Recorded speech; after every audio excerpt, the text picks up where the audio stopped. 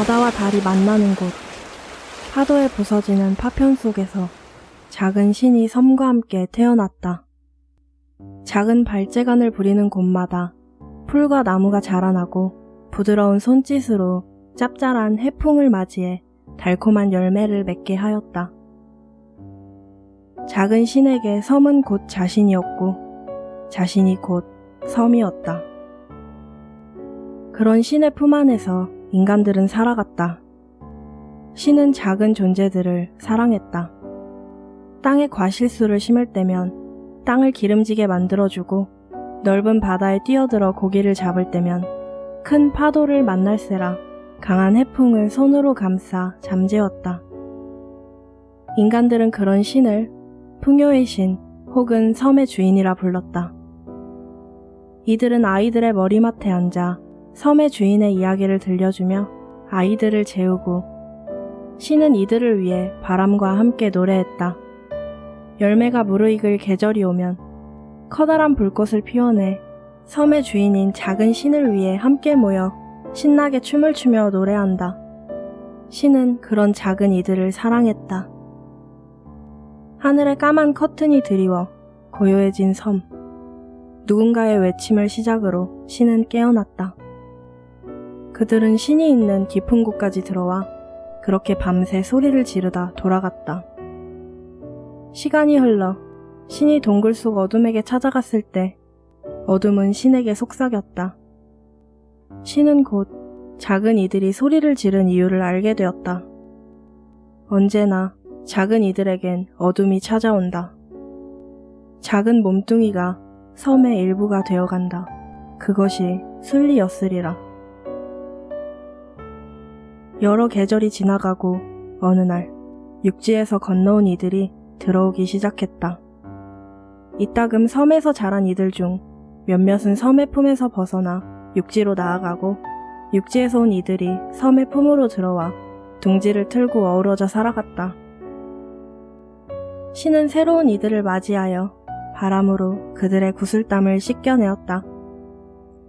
하지만 그들이 둥지를 부스러 온 태풍이라는 것을 섬의 주인은 알지 못했다.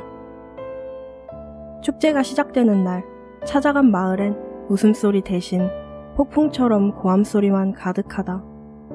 그들에게 가까이 다가가자 육지에서 온 이들의 말소리가 들려왔다. 저희가 제대로 된 값을 지불하겠습니다. 제발 섬에 있는 마을 터를 팔아주세요. 이곳은 저희가 뿌리를 내리고 살아온 곳이자 육지로 떠난 이들의 고향입니다. 절대 팔 수 없습니다. 아니, 섭섭지 않게 챙겨주겠다니까. 모든 게 다 있는 도시에서 살아보고 싶지 않아요? 오늘은 섬의 주인을 위한 축제가 있는 날입니다. 같이 즐기지 못하겠다면 돌아가 주세요. 돈을 그만큼 주겠다는데 나라면 바로 받겠구만. 어차피 쫓겨날 텐데 복잡하게 만드네. 곧이어 축제가 시작되고 불꽃을 둘러싼 이들은 신을 위한 춤을 춘다.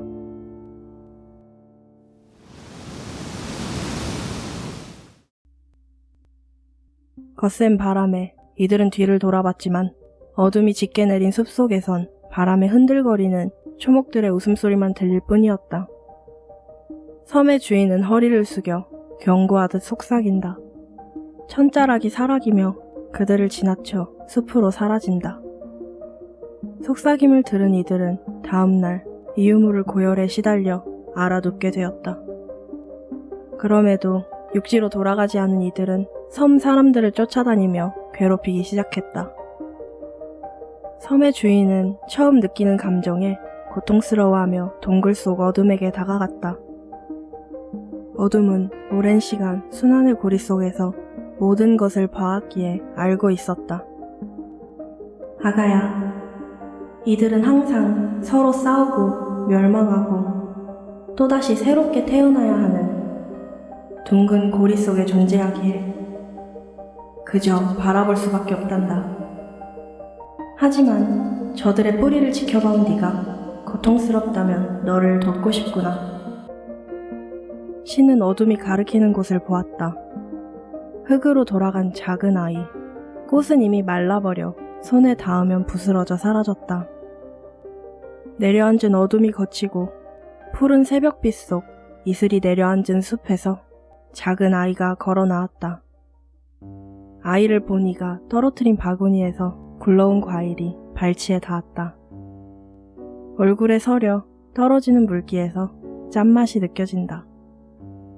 맞닿은 몸 안쪽에서 들려오는 소리에 크나큰 사랑을 느끼며 신은 이들의 고리 안에 들어섰다. 마을에 사는 이들은 돌아온 아이를 기적 혹은 신의 축복이라 생각했다. 신은 처음으로 작은 이들의 얼굴을 자세히 볼 수 있었다. 다양한 얼굴, 몇십 번이고 바뀌는 표정들을 지켜보는 것이 재미있다. 처음으로 이들과 함께 식사를 해봤을 때 맛을 느끼는 것이 행복했다. 그런 아이를 바라보는 부모의 눈 속엔 사랑만이 가득하리라. 아이의 이름은 마히나였다. 마히나가 된 신은 육지에서 온 이들에게 섬에 대한 두려움을 심어주었다. 발을 딛는 곳마다 초목들이 이들을 비웃었고 강과 들에 발을 들이면 가시에 찔려 죽을 것이라 생각하게 만들었다. 이들은 곧 안전하리라 생각한 바다로 뛰어들어 육지로 돌아갔다. 사람들 얼굴에 미소가 돌아오고 다시금 각자의 둥지 안에서 각자의 삶을 살아간다. 어느 날 어둠은 마히나에게 원래의 자리로 돌아오라 속삭였다. 깊은 숲, 섬을 돌보고 멀리서 작은 이들의 삶을 지켜보는 작은 신. 하지만 이들의 고리 속에 들어와 처음으로 맞잡은 손의 열기가 작은 손을 타고 들어왔을 땐 이미 뿌리를 내린 어린 나무처럼 결코 곁을 떠나지 못할 것이다. 작은 신은 이들이 어둠을 만나 땅의 일부가 되었을 때야 비로소 떠나겠노라 하였다. 어둠은 작은 신에게 경고하며 걱정스레 속삭이다 푸른 새벽빛에 눈이 부셔 돌아갔다. 엄마와 함께 바다에 나가 조개를 줍고 숲으로 가 작은 이들이 지어준 풀꽃의 이름을 듣고 아빠와 함께 과일을 따고 요리를 하며 새로운 맛을 알아가고 좋아하는 음식이 생겨날 때면 마히나의 삶에 더욱 파고들어갔다. 마을에 나간 날 육지에서 또다시 사람들이 찾아왔다.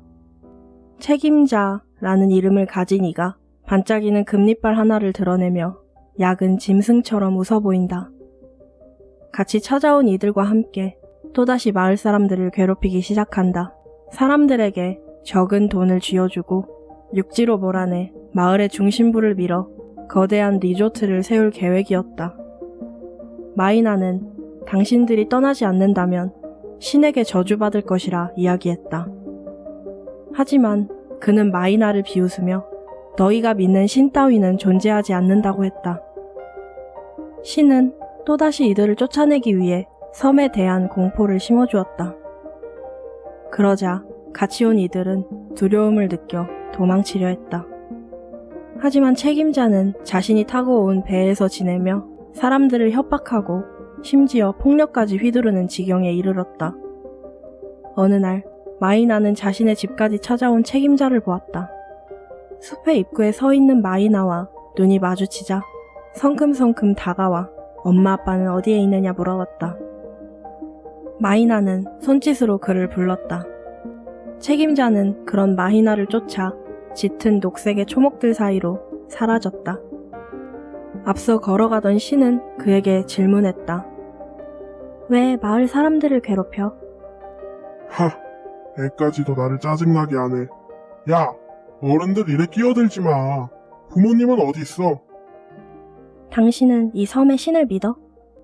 너 저번에 개소리 하지 말고 닥치고 걷기나 해. 깊은 숲까지 들어온 신은 멈춰섰다. 짙은 먹구름이 드리우고 초목이 바람에 흔들리며 마치 그를 비웃는 듯했다. 신은 서서히 원래의 모습으로 돌아가 그의 앞에 섰다. 섬의 주인을 마주한 이는 그 모습에 도망치려 했지만 숲은 그를 막아섰다. 신은 그에게 조용히 육지로 돌아가라 이야기했다. 곧이어 그것이 속임수라 생각한 그는 침을 뱉으며 이 숲까지 전부 밀어버릴 것이라 소리쳤다.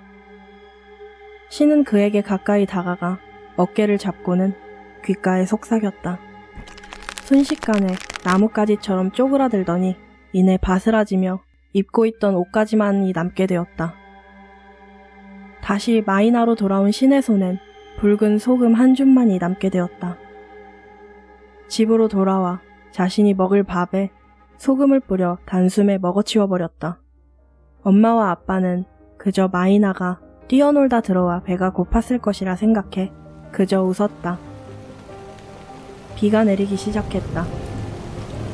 어둠이 찾아오고 작은 신에게 고리에서 벗어날 때가 되었다 이른다. 천둥 소리에 잠에서 깬 엄마가 문 앞에 서 있는 마이나를 보았다.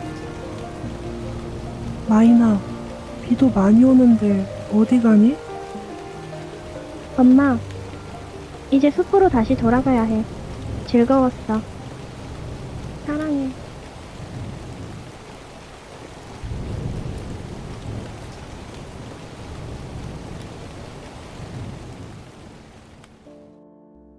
그렇게 작은 신은 어둠의 손을 잡고 숲으로 돌아갔다. 섬의 주인은 산 위로 올라가 마지막으로 작은 이들을 하나하나 눈에 담는다. 걸음마다 꽃과 나무를 자라게 했던 다리가 떨어져 나가고 변덕스러운 해풍을 잠재워주던 팔이 떨어져 나갔다. 노래를 부르던 입은 벌어져 찢어지고 눈은 멀어버린 채 아무것도 안 남은 몸뚱이로 애써 섬을 감싸 안았다. 작은 이를 해친 벌이었으리라. 섬의 주인은 여전히 그들을 사랑할 것이다.